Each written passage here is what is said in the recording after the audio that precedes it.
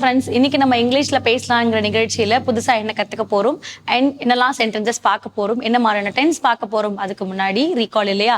So recall ஏன் நம்ம daily கிளாஸ்ல பண்ணிட்டே இருக்கோம் அப்படின்னா, இந்த ரீகாலுங்கிறது ஒரு உண்மையிலேயே ஒரு குட் ஹேபிட் தான். ஏன்னா நம்ம என்ன பண்ணோம், என்ன மாதிரியான சென்டென்சஸ் பழகுறோம் அப்படிங்கிறது நம்ம ரீகால் பண்ணோம் அப்படின்னா இன்னைக்கான சென்டென்ஸ் கண்டினியூ பண்ணும்போது ஒரு ஈஸியா இருக்கும். ஸோ அதனால தான் ரீகால் அப்படிங்கிற விஷயத்த நம்ம கண்டினியூ பண்ணிக்கிட்டே இருக்கோம். ரீகேப்சுலேஷன்ஸ் அப்படின்னு சொல்லுவாங்க. என்னெல்லாம் பண்ணுமோ அதை நம்ம திரும்ப கிக் ஸ்டார்ட் பண்ணி கொண்டு வந்துட்டு இருக்கோம் இல்லையா? ஸோ இந்த ரீகேப்சுலேஷன்ஸ் அந்த ரீகாலுங்கிறதுல என்ன பார்க்குறோம் அப்படின்னா, நம்ம டென்சஸ் காலங்கள் அப்படிங்கிற ஒரு விஷயத்த பார்க்குறோம் இல்லையா? அந்த காலங்கள்ல வந்து நமக்கு 12 கேட்டகரிஸ் இருக்கு.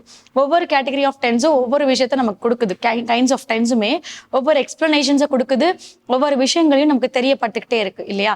ஸோ அதன் அடிப்படையில் நம்ம என்ன மாதிரியான டென்ஸ் பார்க்க போறோம் அப்படின்னா, ஃபியூச்சர் பர்ஃபெக்ட் டென்ஸ் தான் நம்ம பார்த்துட்டு இருக்கோம். ஸோ அதுதான் இன்னைக்குமே நம்ம கிளாஸ்ல கண்டினியூ பண்ண போறோம் இல்லையா?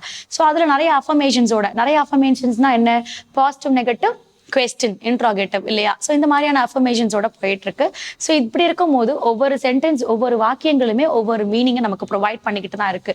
ஸோ அப்படி இருக்கும் போது இன்னைக்கான சென்டென்ஸ் என்ன, இன்னைக்கான வேர்ப் என்ன? ஸோ ஒரு சென்டென்ஸ் அமைக்க எப்பவுமே யார் வேணும்னு சொல்லிக்க, ஆக்ஷன் கில்லர் வேணும். ஏதாவது அந்த ஆக்ஷன் கில்லர் தான் யார் நமக்கு?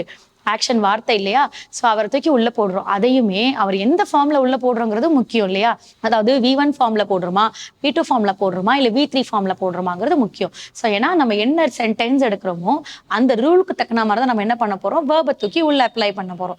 ஸோ ஆப்வியஸா அந்த ரூல் போய் எங்க போய் உட்காரும், நமக்கு யாரை குறிக்கணுமோ அவருக்கு பக்கத்துல போய் உட்காரும். யார் குறிக்கணும்? சப்ஜெக்ட். அந்த சப்ஜெக்ட் பக்கத்துல போய் அந்த ரூல் உட்காந்துரும் இல்லையா? அதுக்கப்புறம் அந்த சென்டென்ஸை வந்து ஈஸியா நீங்க அமைக்க ஆரம்பிச்சிடலாம். ஸோ அப்படி இருக்கும் போது இன்னைக்கான வேர்ப் ஃபார்ம் ரொம்ப சிம்பிளான ஒரு வேர்ப் தான். அதை எப்படி நம்ம ஒரு டிஃப்ரெண்டான ஒரு சென்டென்ஸ் அமைக்கலாம் அப்படிங்கறத சொல்லித்தரேன் ஃபியூச்சர் பர்ஃபெக்ட்ல. வாங்க கிளாஸ்ல பார்க்கலாம். பார்த்துட்டு இருக்கிறது future perfect tense.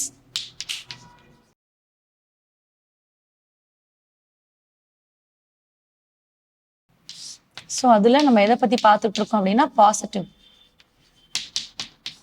Positive sentences பத்தி பார்க்குறோம். இல்லை V1, V2, V3. So present,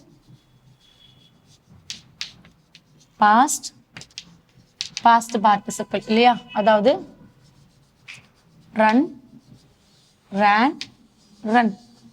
நம்ம இதை ரெகுலரா எல்லா இடத்துலையுமே பார்த்துட்டு இருக்கிறது தான் ரன், ரன் அப்படிங்கிறது வந்து. ஸோ இந்த ரன் அப்படிங்கிறது என்னன்னா ஓடு, ஓகேயா? ஸோ ரேன் அப்படிங்கிறது வந்து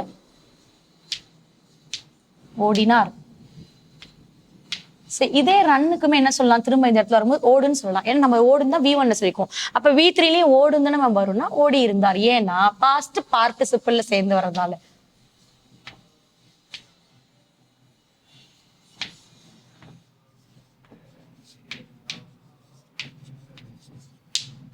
ஸோ அப்போ ஓடி இருந்தார், ஓடினார், ஓடி இருந்தார் அப்படிங்கிறது நமக்கு வந்திருக்கு. ரன், ரன்னுங்கிறது. ஸோ இப்போ இந்த ரன் ரொம்ப சிம்பிளான ஒரு வேர்ப் தான். அழகா தமிழ் மீனிங் நம்ம பார்த்துட்டோம். இதை நம்ம என்ன பண்ண போறோம், சென்டென்ஸ்ல அமைக்கலாம். எப்படி அமைக்கிறோம்னு சொல்லித்தரேன். ஃபர்ஸ்ட் அதுக்கு யார் வேணும்? சப்ஜெக்ட் வேணும் இல்லையா? I, we, you, it, he, she, they. So இவங்கெல்லாம் நமக்கு சப்ஜெக்ட் ரோல்ல வேணும். அண்ட் இந்த ஃபியூச்சர் பர்ஃபெக்ட்னும் போது ரூலுங்கிறது ரொம்ப முக்கியம். இதில் plus will have. So future perfect எடுக்கிறதால தான் அது ரூல் என்ன, வில் ஹாவ். ஸோ இதுக்கு யார் வந்து நமக்கு வேர்ப் ஃபார்ம் சூட்டபிளா வரப்போறாங்க? V3. Past participle verb form வந்து சூட்டபிளா வரப்போறாங்க. V3 கொடுத்தாச்சு. அப்போ நமக்கு என்ன ஆயிடுச்சு, அழகா பர்ஃபெக்டா ஒரு ரூல் ஃப்ரேம் ஆயிடுச்சு இல்லையா? எக்ஸாம்பிள். ஸோ நம்ம என்ன பண்ண போறோம், ரன் யூஸ் பண்ண போறோம். V3ல சப்ஜெக்ட் எடுக்க போறோம். ஸோ எந்த சப்ஜெக்ட் வேணாலும் எடுத்துக்கலாம். ஸோ நான் என்ன பண்ணேன், தே எடுக்கிறேன். They will have run a mile. So mile அப்படிங்கும் போது என்ன, ஒரு சில, அதாவது ஒரு தொலை தூரம் அப்படின்னு சொல்லுவாங்க இல்லையா மைல் அப்படிங்கிறது வந்து. ஸோ அப்ப என்ன சொன்னாங்க, அவர்கள், தேங்கிறது அவர்கள் ஃபர்ஸ்ட்.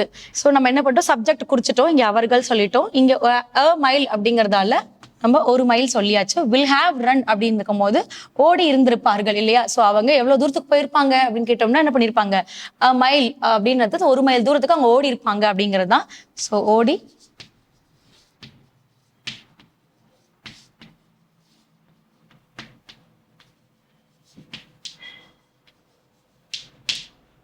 ஸோ 1 மைல் வந்து அவங்க என்ன பண்ணியிருப்பாங்க, ஓடி இருந்திருப்பார்கள் அப்படிங்கிறது. இங்க காணவே காணோம் அப்படின்னு பேசும்போது so they will have run a mile. அவங்க இந்நேரம் என்ன பண்ணியிருப்பாங்க, 1 மைல் தூரத்துக்கு ஓடி இருப்பாங்க.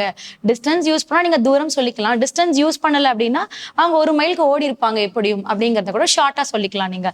ஸோ அப்போ நம்ம என்ன எழுதுறோமோ, என்ன வார்த்தைகள் இங்க சொல்றோமோ அதுக்கேற்ற மாதிரி தான் நமக்கு என்ன பண்ணும், சென்டென்ஸ் வந்து ரிஃப்ளெக்ட் பண்ணும் இல்லையா. ஸோ அப்போ நம்மளோட ரூல் என்னதான் இருந்தாலும், என்னதான் வேர்ப் இருந்தாலும், அந்த வேர்பை எடுத்து ரூலுக்கு ஏற்ற மாதிரி அமைக்கிறோம். அமைச்சதுக்கு அப்புறம் அந்த ரூலுக்கு ஏற்ற மாதிரி அமைச்சதும் அந்த ரூலை வச்சு நம்ம சென்டென்ஸை மேக் பண்றோம். சென்டென்ஸ் மேக்கிங்ன்றதான் இருக்கிறதுலே ரொம்ப முக்கியமான ஒரு விஷயம்.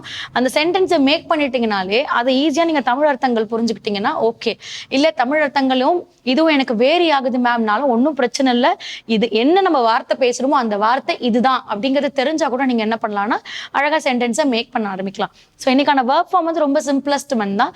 அதை நீங்க எப்படி டிஃப்ரெண்ட் மீனிங்ஸ்ல டிஃப்ரெண்ட் சென்டென்ஸா நீங்க அமைக்கலாங்கிறத எடுத்து ஒரு 5 to 10 சென்டென்சஸ் எழுதுங்க. அடுத்த கிளாஸ்ல ஒரு நியூ சென்டென்ஸ் நியூ வேர்ப் ஃபார்மோட உங்களை மீட் பண்றேன். தேங்க்யூ.